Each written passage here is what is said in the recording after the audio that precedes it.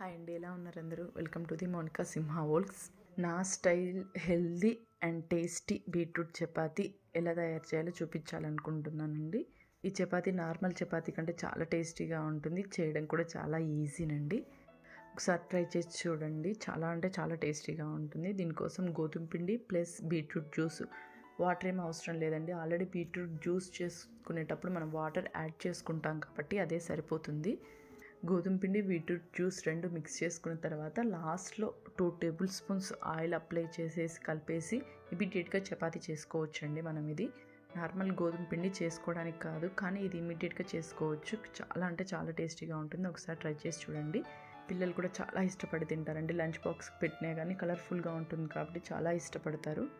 పిల్లలే కాదు, పెద్దోళ్ళు కూడా, డైట్ చేసే వాళ్ళు కూడా బీట్రూట్ చపాతీ చాలా అంటే చాలా హెల్దీ అండి. ఓన్లీ కర్రీతోనే కాదు, ఏ కర్రీతోనైనా సెట్ అవుతుందండి. పచ్చళ్ళు, రోటి పచ్చళ్ళు, దేనితోనైనా సెట్ అయిపోతుంది ఈ చపాతీ.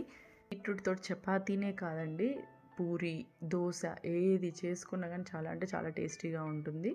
ఒకసారి ట్రై చేసి చూడండి. చిన్నపిల్లలు ఏంటంటే నార్మల్గా చపాతీ తినమంటే తినరు. ఈ రకంగా కలర్ఫుల్గా చేసి పెట్టడం వల్ల బాగా ఇష్టపడతారు పిల్లలు కూడా. నేను కూడా weekly 2 times compulsory beetroot chapati చేస్తానండి. ఫుల్ హెల్దీ ఫుడ్ కాబట్టి చాలా మంచిదండి. నా వీడియో కానీ మీకు నచ్చినట్టయితే లైక్ చేయండి, షేర్ చేయండి, సబ్స్క్రైబ్ చేసుకోండి. నా వీడియో చూసినందుకు చాలా చాలా థ్యాంక్స్ అండి.